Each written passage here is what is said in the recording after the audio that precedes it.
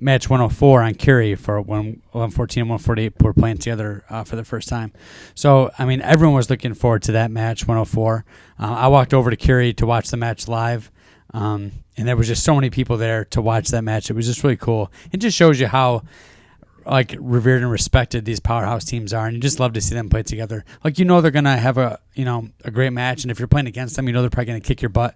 But there's just there's something awesome about watching one team, or in this case, two teams, just play really well. Did we miss it?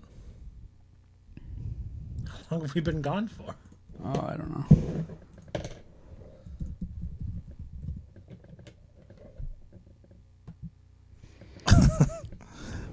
How long have we been gone for?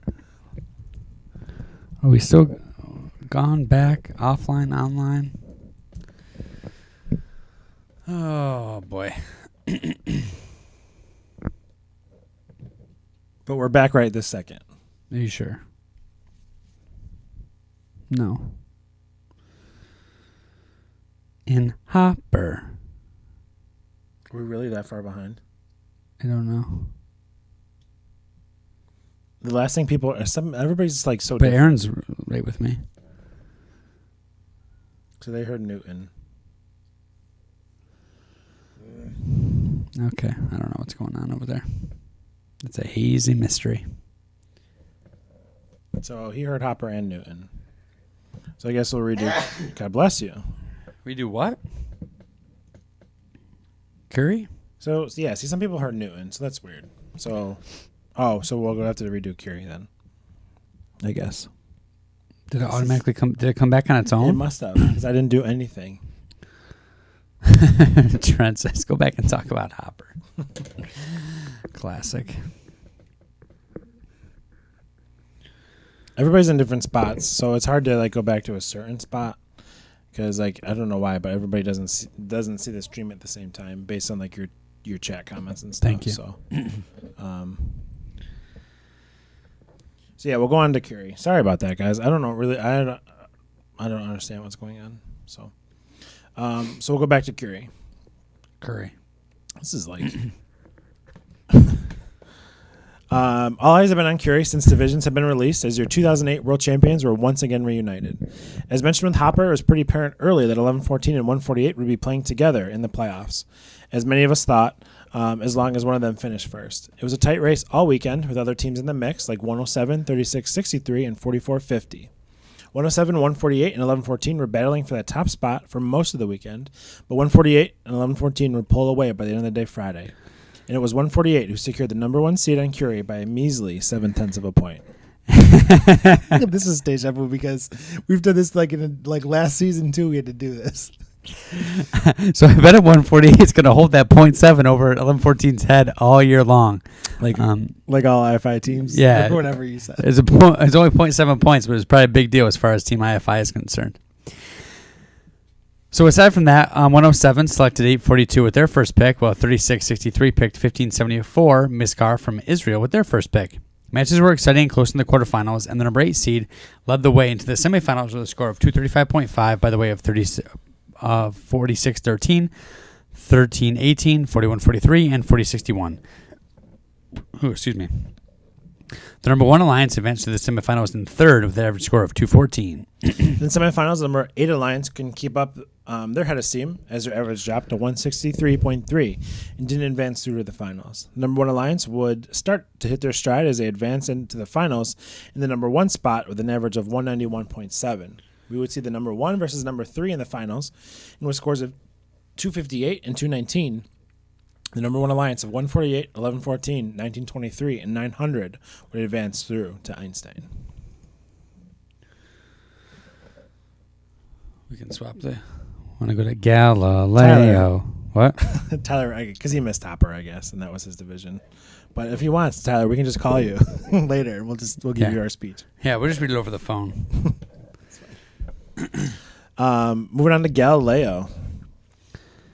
Galileo has a reputation of producing some fierce alliances for Einstein as well, and it was awesome getting to see the teams battle it out for the fight to that big stage. Team Beta, who were quarterfinalists at all 3 New England events this year that they attended, 2 districts and the New England champs, made some improvements and took the number 1 seed on Galileo. Via declines, I'm not exactly sure, they ended up with 2067 over 2056, 2168, and Team 1, the Juggernauts, and the number 1 alliance. 2056 selected 330, the Beach Bots, and captained the number 2 alliance. Playoffs were interesting as we got to see only 6 scores above 200 in the quarterfinals. Definitely not the same as the other fields whose averages were well into the 200s. As the playoffs advanced, we saw number 2 versus number 6 in the finals. A close match went via the way of the number 2 alliance of 330, 2056, and 3944 and 40. I'm going to try the number 2 alliance all over again. 330, 2056, 3944, and 492. And the second finals match also went to the number 2 alliance, and that's who we would see representing Galileo on the Einstein field.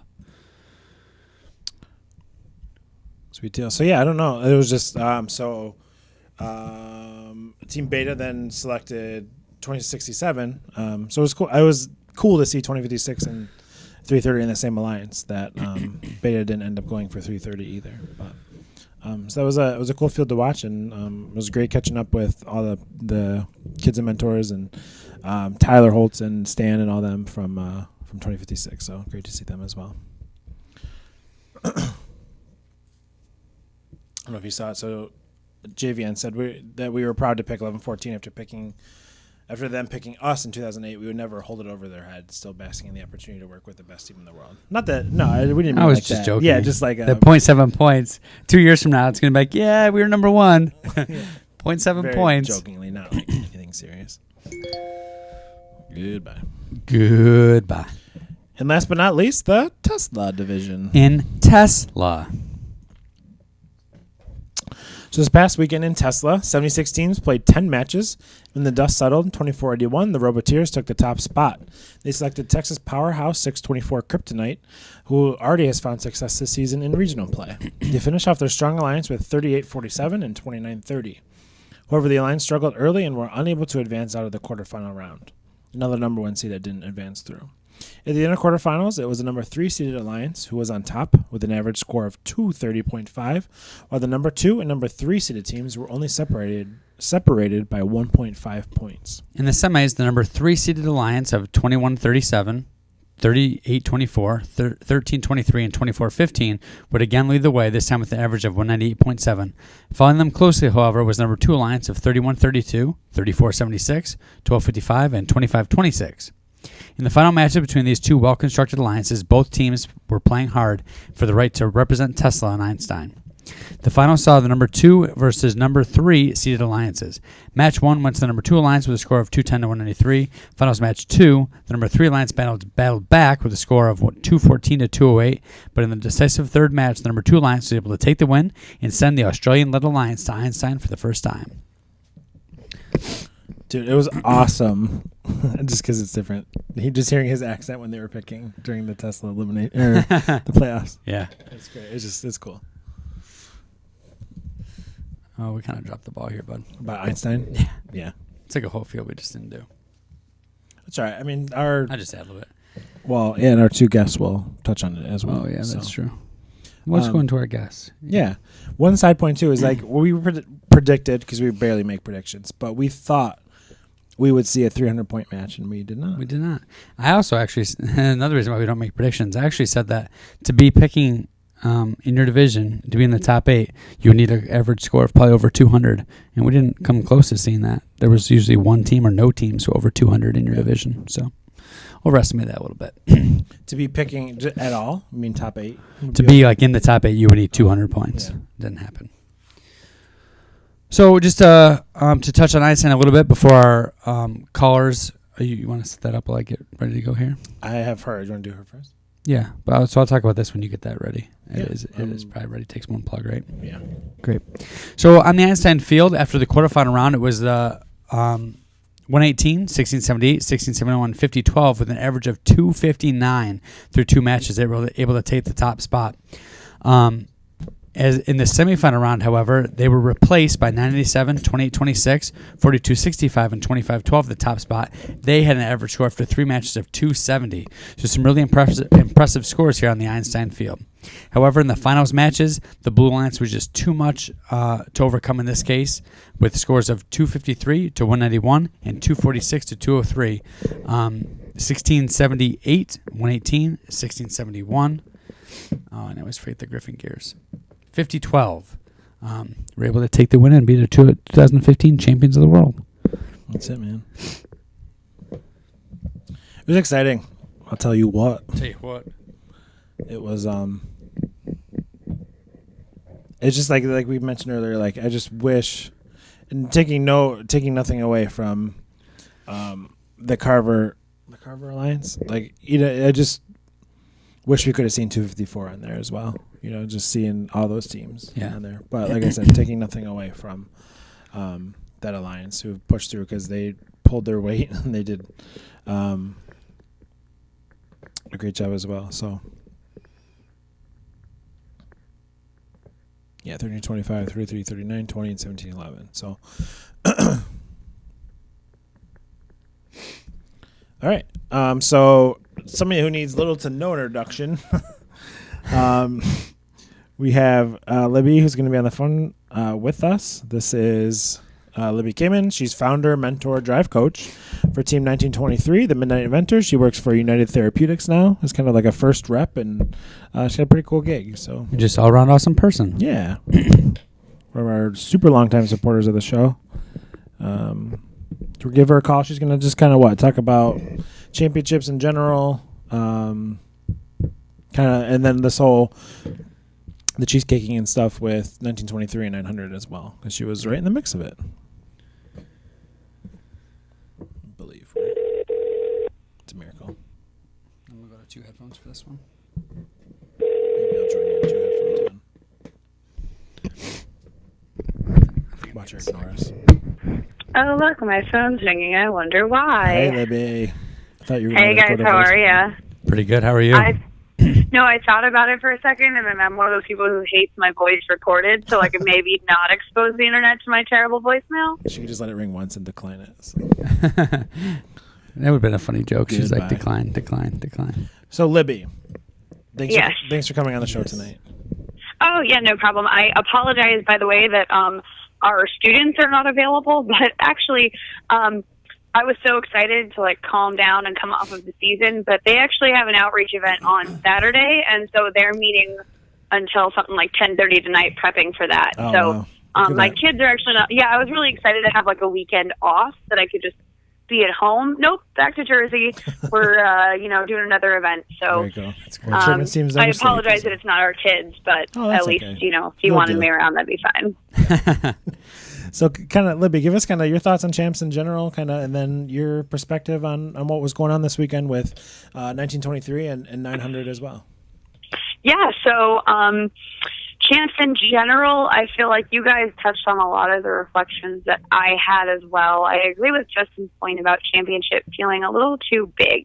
Now, I've been to just about every championship, even as a kid spectator, and then as a student and as a mentor, and I've seen a lot of perspectives, and this championship just felt so big that it was, I don't know, out of order, a little messy. I definitely agree with the volunteer perspective, where I would say probably 95% of the time I'd have a volunteer that was super psyched to see me and happy and nice, and then there was that 5% of someone who was just so exhausted, and I think it did take away from the championship experience for my kids, for me a little bit.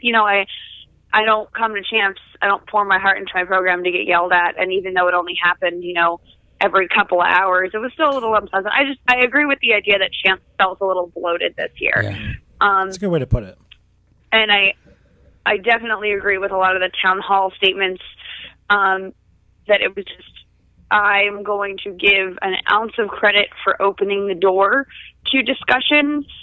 That's the credit I'm going to give. Okay, we wanted to open the door. I didn't think it was handled particularly well. I actually felt like I had to, take a breath and calm down after it.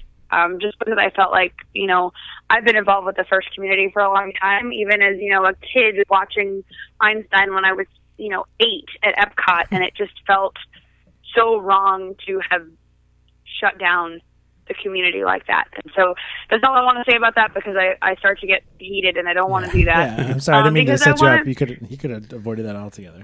Because I want to talk about all of the amazing things that happened at the championship. Yeah. Specifically, I mean, obviously for my team, but in general, I just thought the championship, even though it was bigger, teams just seemed really, happy to be there, especially teams, to the credit of the bigger championship, who might not have been at championship in a long time, or who might not have had that chance. It might have been a bigger event, and that may or may not be good, but teams did get the chance to go, and it was really cool. This is also a new championship experience for me, in that this year I started working for a company that sponsors First teams. In fact, my job at United Therapeutics is just to sponsor First teams.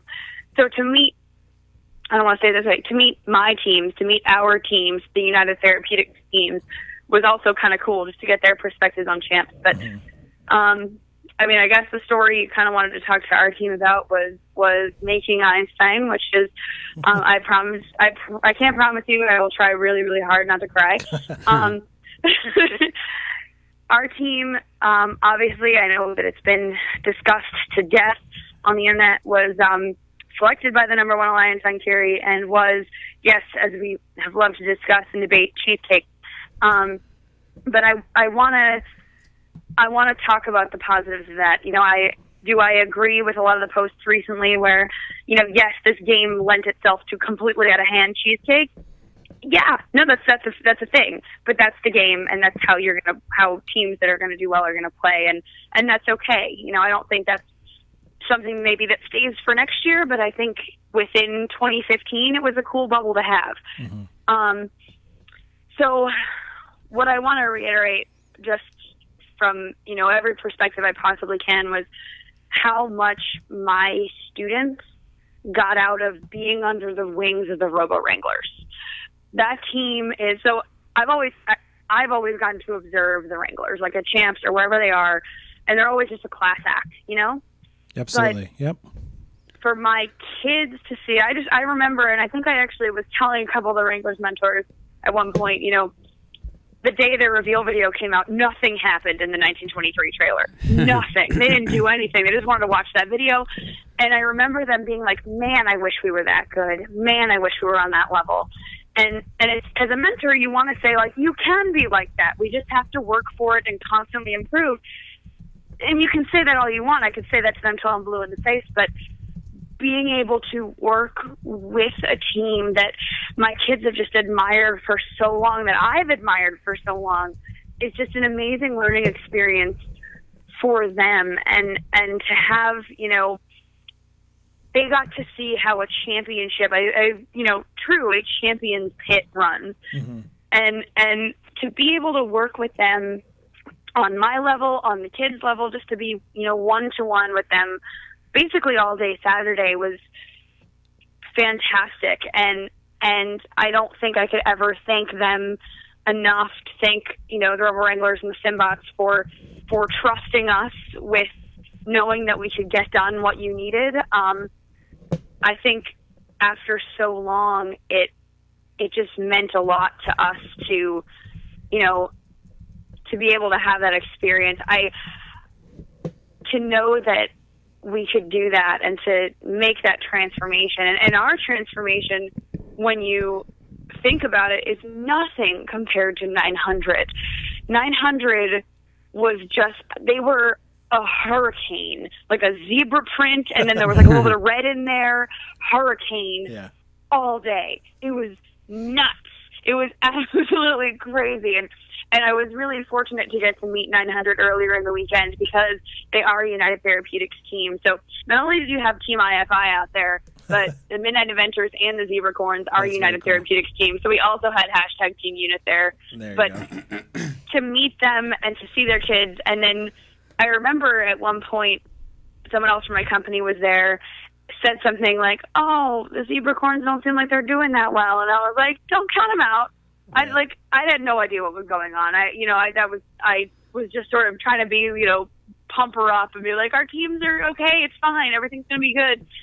And to watch, my favorite thing is that time-lapse video they posted on Cheat. Yeah, cool. it was very That's cool. insane. Yeah. Like, being able to go back upstairs at the end of Einstein and go over to my boss and to United Therapeutics CEO, who are both fantastic supporters of FIRST, and tell them the story of the Zebra Corns rebuild, and that it was like, oh, that's what those were?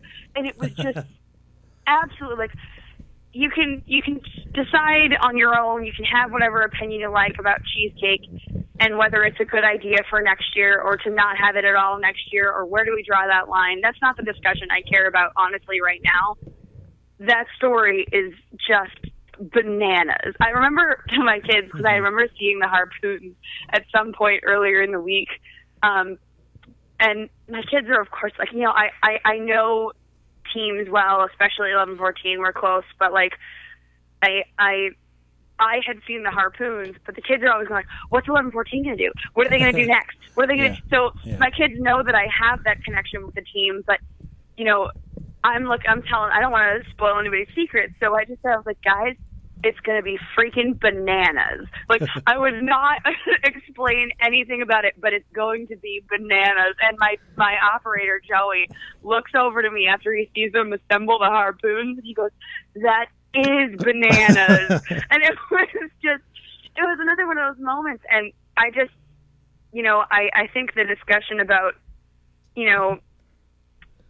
cheesecake and whether it's good or bad is a discussion to have over the summer when everybody's kind of chilled out a little bit. But to watch my students, first of all, and to watch 900 students just transform their experience in this series of 8 hours that was inspirational for me. I mean, I know my kids can do anything, but to watch them just be champions of a division is something I would never have imagined 10 years ago. And this is the part where I'm going to let you ask me a question or something, because if I keep going, I'm going to cry. So You've been doing good since. Yeah, it was awesome. Championship was awesome.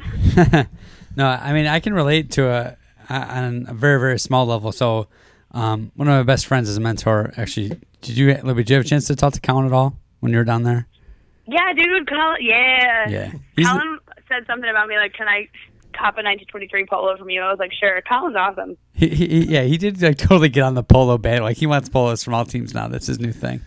But anyway, dude, actually, a lot of people on my team want like whole alliance shirts. So that's cool. There's a lot of requests we got to pass between each other. For sure. But anyway, so I went down week 1 to Dallas to hang out with him and kind of get a perspective of Recycle Rush that very first week.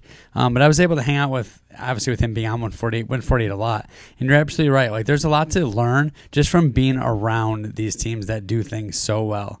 And, I just as like a visitor, I was able to get a little bit of that in how they operate, but being thrown into it to the extent that you guys were must have just been such a great learning experience for you and your team. And I think it's just going to pay dividends going forward as well, just the experience gained. Yeah.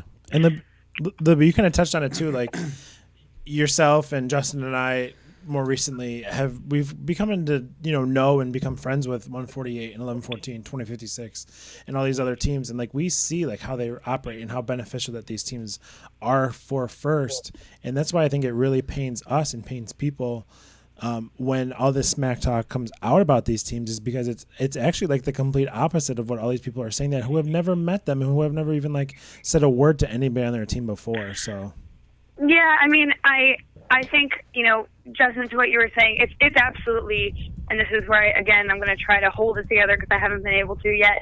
That experience is going to change my program. Absolutely. Not only because I can go to our school and say, like, hey, we were on the 3rd best alliance in the world. Yeah. Like, you need to continue, increase your respect for us. But also, my kids have now seen, like I said, how that pit runs, how that team runs, really, really up close, one-to-one level, Robo-Wrangler, student to student, student to mentor, mentor to mentor. Yeah. We can take a little of that magic. But I agree, Mike, it's a little, not a little, it's a lot frustrating when either it's teams or individuals in the community that are up there in your top tier, whether it's a team that just keeps winning, to watch somebody trash that is just so not what our community is about. You know, we're supposed to be about supporting each other, and teams like, you pick on 11-14 because I know them well, with their seminar series. These are teams who put resources out so that everyone can be better. Yeah. Teams who will